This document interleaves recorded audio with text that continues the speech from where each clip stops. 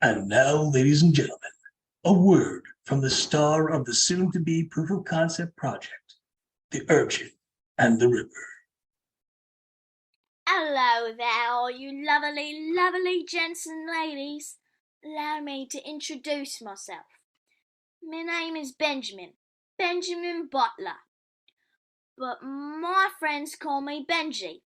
I'd tip me cap and gives you all a bow. But, as you can plainly see, this is just my voice, not me in full view. Now, I'm a simple, ordinary, run-of-the-mill urchin, living in London town. I ain't got no mother, ain't got no father. In fact, the only people I do got are me mates in the gang I run with, the Lombard Street Dragoons. What do I do for them? You might ask.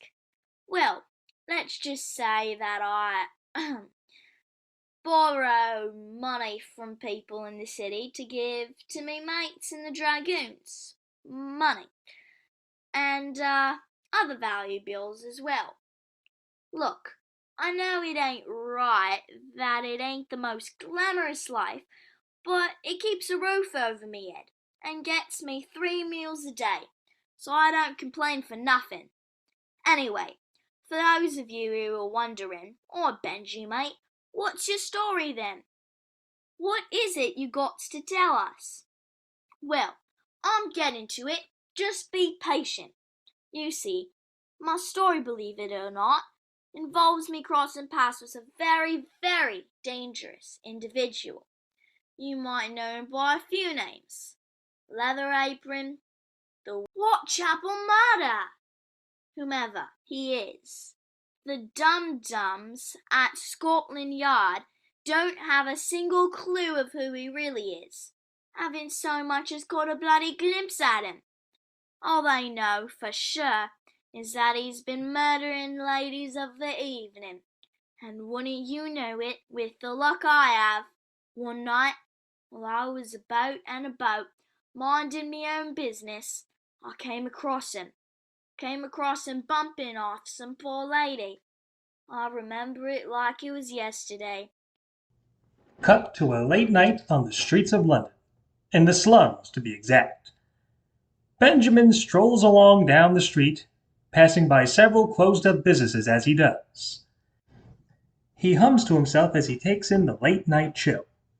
Soon, we hear the muffled yet still quite loud throng of voices and music coming from a gentleman's parlor just up ahead. Benjamin eyes the doorway to the parlor, grins, then tiptoes over to it and opens it a crack, peeking in. Inside, several ladies of the evening are seen entertaining various men, serving drinks, flirting, dancing, the works. Benjamin grins more as he eyes the party, and soon his eyes fall upon 2 ladies who are walking by near the door. The 2 ladies spot Benjamin, and they both give him friendly grins. Benjamin whistles at the 2 ladies. Soon, a large, bulky body of a bouncer comes into frame and blocks Benjamin's view. Benjamin's grin fades, and he sheepishly backs off a step. Oi, clear off, you little rotter. I don't sound it. No nosing kids allowed. Come on, Gov. How about I? Just a couple of itty-bitty peeks. That's all I want. Nothing doing, boyo. This here's a respectable establishment. We don't let no youngsters peep at the sights. Respectable, eh?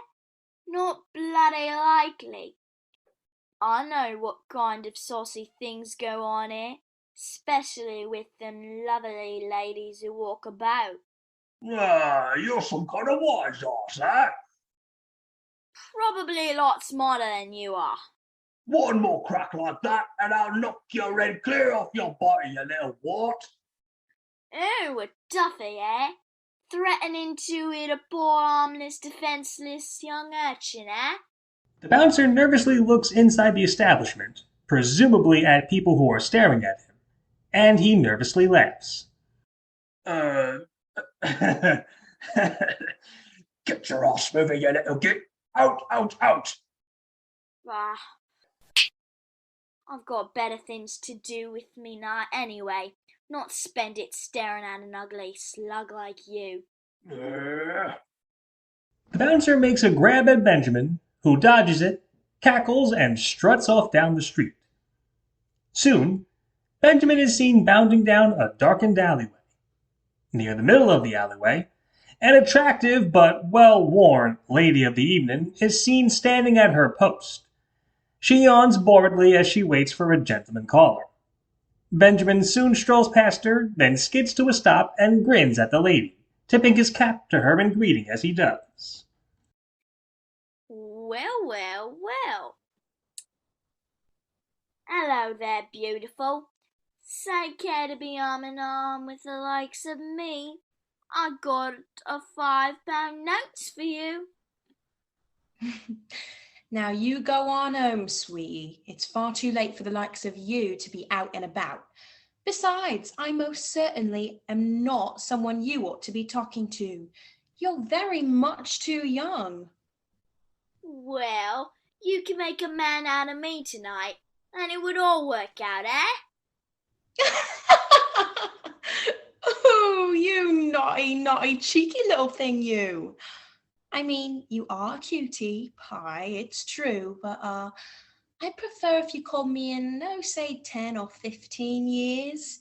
Until then, you'd best be heading back to wherever it is you call home, dearie. Can't blame a gent for trying, eh? Benjamin gently takes the lady's hand in his and gives it a kiss. Mwah. Good night, me lady. Go on, you cheeky little brute, go. Benjamin giggles and heads off as the lady smirks and watches him.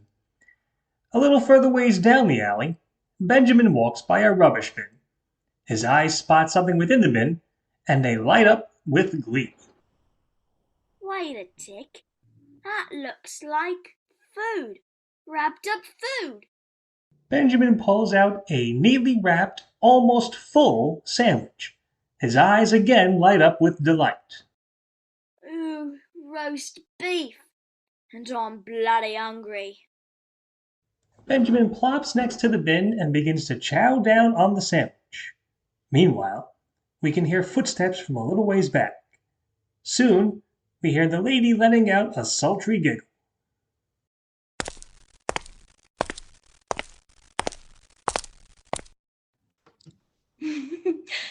Well, hello there, Major.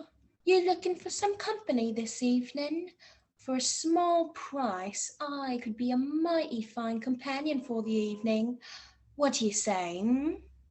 Benjamin stifles a giggle, then puts his sandwich aside and cocks his ear to listen as the lady goes on. Ooh, one of them strong but silent types. And keep into the shadows, too. Ah, come on, lovey. Don't be shy. I bet you're a very good-looking man. Come on and come a little closer to me. I promise I don't bite. That lady was beautiful. That bloke would be a fool to pass up on her. What are you doing with that knife? Oi, you keep back. Keep away from me. Benjamin nervously peeks over the side of the rubbish bins, and he sees a man bathed in shadow, wearing a cloak, approaching the lady of the evening, who looks terrified, backing up as she does. If you come out any further, I'll scream. I will. Don't think I won't. The figure silently stalks further towards the lady, who, now very terrified, is backed up against the wall, as Benjamin can only look on in helpless horror. No, let me be. Leave me alone. No. Benjamin, quaking with fear, knocks over the rubbish bin, drawing the attention of the shadowy figure. He slowly turns from the now fallen and dead lady, and his eyes lock to Benjamin's. The figure slowly stalks towards Benjamin, who is frozen in fear. I won't tell. I didn't see nothing, mister. Oh, I swears, it... The figure does not respond. He simply creeps closer and closer to Benjamin, who is now beyond terrified. Please, Gov. I swears, I won't tell a soul, not one. You can go off just as you came. Don't hurt me, though. Please don't. The figure comes closer and closer to Benjamin, who opens his mouth, but no scream comes out. Soon, we hear the sounds of a policeman's whistle blowing, once, then twice. The figure looks over his shoulder at the sound.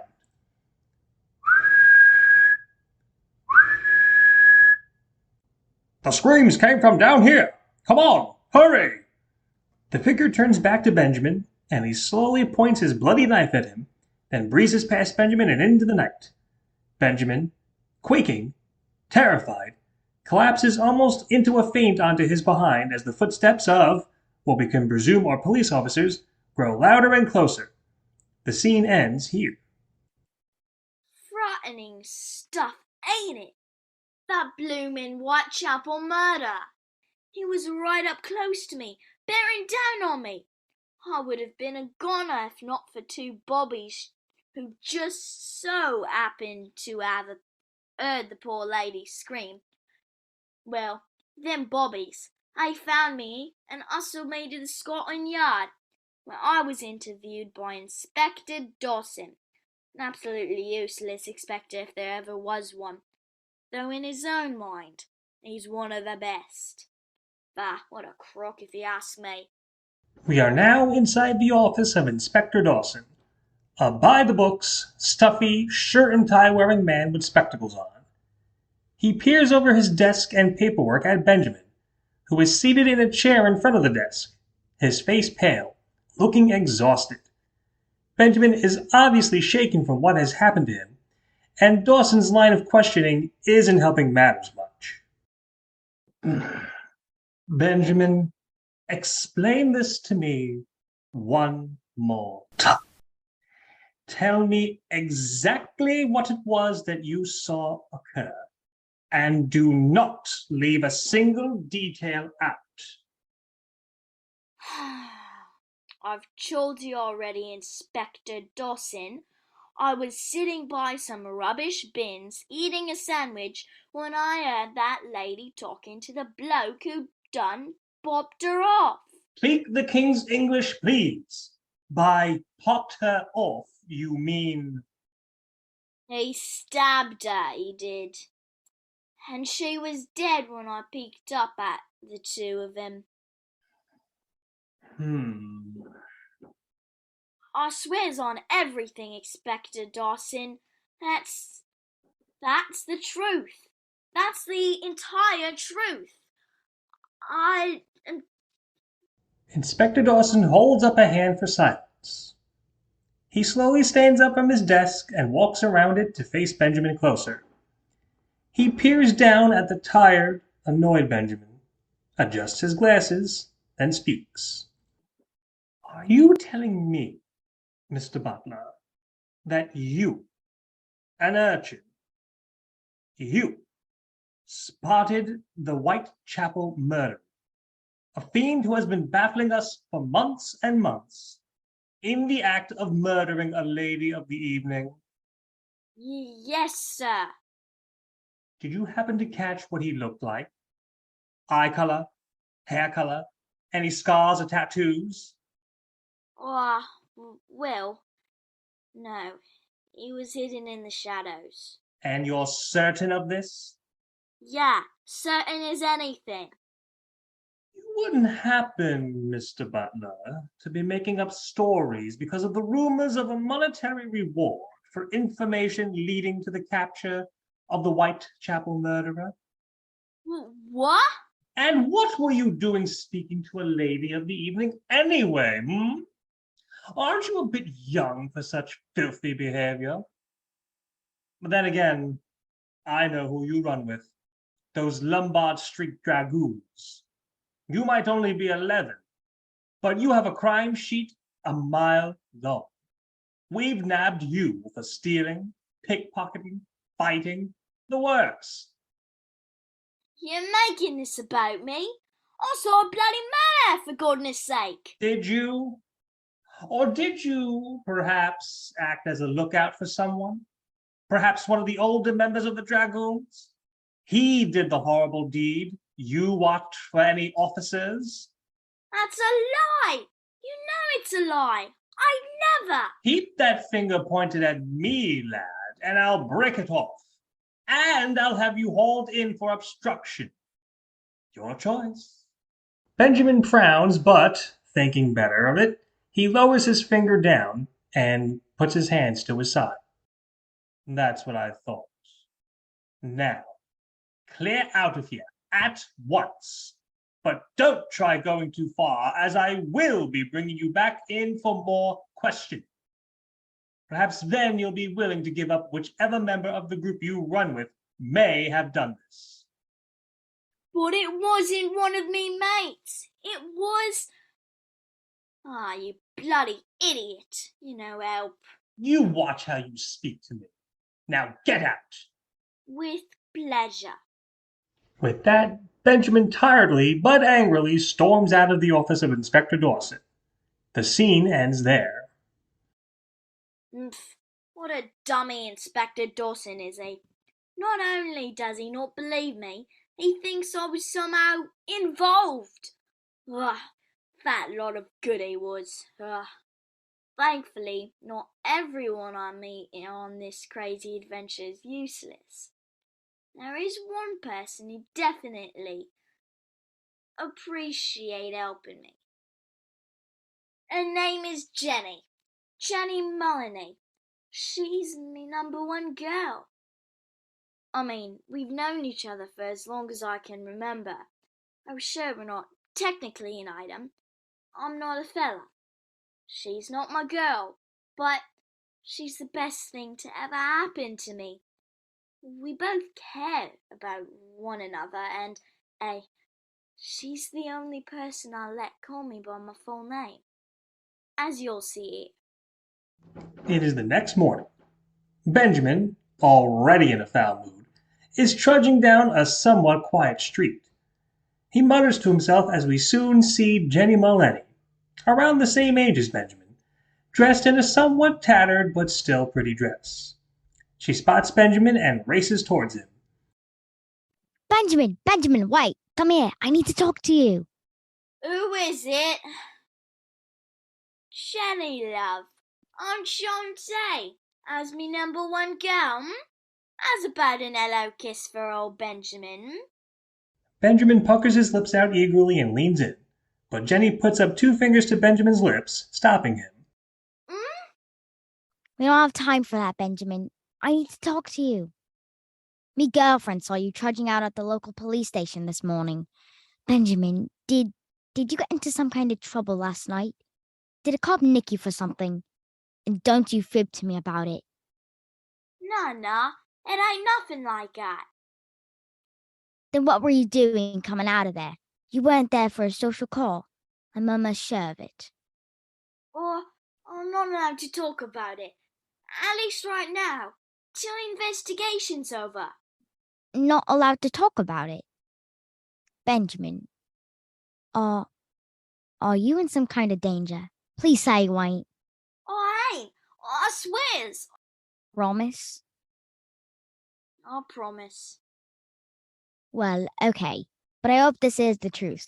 Because if you were in danger, something did happen to you. Benjamin, I think I'd die of a broken heart. I would. A broken heart? So you worry about me, eh? Of course I worry about you, dummy.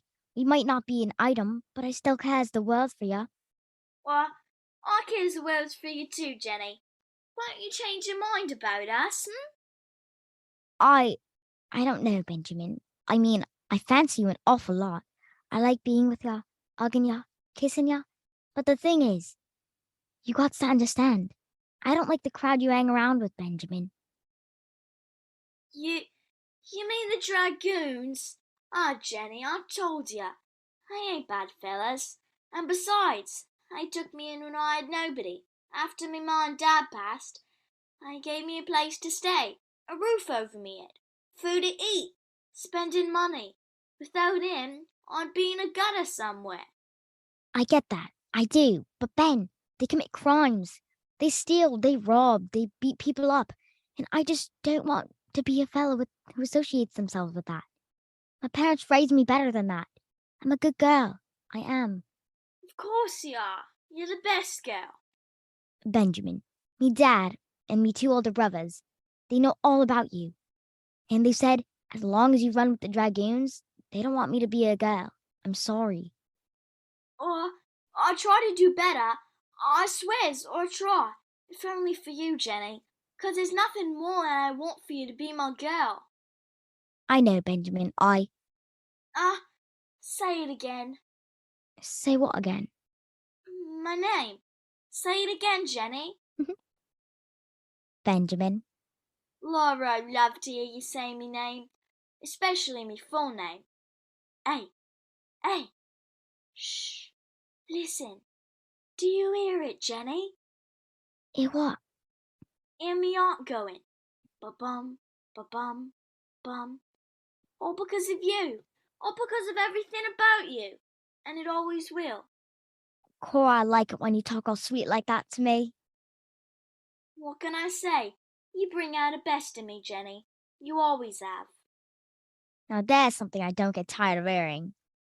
The two kids smile smittenly at one another. Slowly, Jenny leans in, and she gently, sweetly pecks Benjamin on the lips. Benjamin blushes a deep red and smittenly exhales. Cora, I like it when you do that. And most of all, I like you, Jenny. And I like you too, Benjamin. But me point still stands. You need to break away from those dragoons and start making a better life for yourself. I promise, if you can at least make the effort, I'll most definitely be more agreeable to be a girl. Jenny gently wipes a bit of dirt from Benjamin's cheek with her hand and, with a demure smile, she runs a hand across his cheek, blows him a kiss, then skips off down the street. Benjamin watches her go with a lovesick grin as she heads off. Oh, Jenny Molyneux, I'd do anything for you. I'd tear through heaven and hell for you. Just watch. I'm gonna get through this and be a better man. If it means having you as my girl. With a lovesick grin on his face, Benjamin strolls off. The scene ends there. What a girl, am I right? Well, folks, I'm nearly out of time for this whole thing. I'd like to tell you more, but I'm afraid more will have to wait. Wait till my adventure comes about later next year, to be exact. Now, I know you lot are all that edge of your seats, wondering, blimey, does old Benji get out of this scot-free? Does he stop the Ripper? Well, I'm talking to all of you now, ain't I? But and again, I could be talking to all of you as a ghost from beyond the grave. But you won't know that till you listen in, right? Keep that in mind, and I'll see you all very soon. Ta-ta for now.